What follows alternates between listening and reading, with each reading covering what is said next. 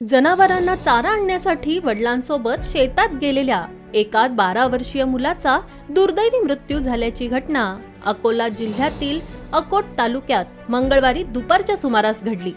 अरहम बेग इक्बाल बेग वय वर्ष 12 असं मृत मुलाचं नाव आहे। या प्रकरणी अकोट ग्रामीण पोलीस ठाण्यात आकस्मिक मृत्यूची नोंद करण्यात आली आहे।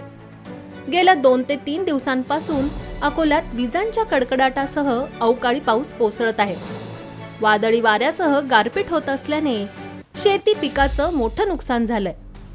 अशातच अकोट शहरातील धारोली फेस भागात राहणारा अरहम बेग हा जनावरांचा चारा आणण्यासाठी वडिलांसोबत शेतात गेला होता।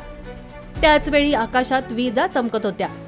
अरहम वडिलांपासून काही अंतरावर चारा तोडत असताना अचानक त्याच्या अंगावर वीज कोसळली। या घटनेत तो गंभीर जखमी झाला। दरम्यान वडिलांनी त्याला तातडीने उपचारासाठी अकोट ग्रामीण रुग्णालयात दाखल केलं।